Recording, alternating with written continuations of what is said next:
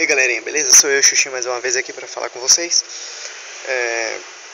Aquela minha ideia toda de fazer canal no YouTube, essas coisas, no momento eu estou cancelando isso. Eu só quero mandar esses recados para vocês porque tem gente que fica no Messenger me perguntando quando é que eu vou postar um novo vídeo, que o povo quer me ver e tal. Então, ultimamente, eu não tô tendo dias bons. 3 semanas atrás, eu estava o quê? Eu estava tendo dias legais no colégio, em casa. Eu tava até, cara, tá muito bom ultimamente, o que é que tá acontecendo e tal. E de 5 dias pra cá, tá tudo indo por água abaixo. Eu não tô bom de cabeça pra ter que pensar em uma equipe boa pra fazer os vídeos, editar os vídeos, ter essa paciência. Então, o povo que gosta, que curtiu meus envios, eu peço obrigado. E é isso, galera.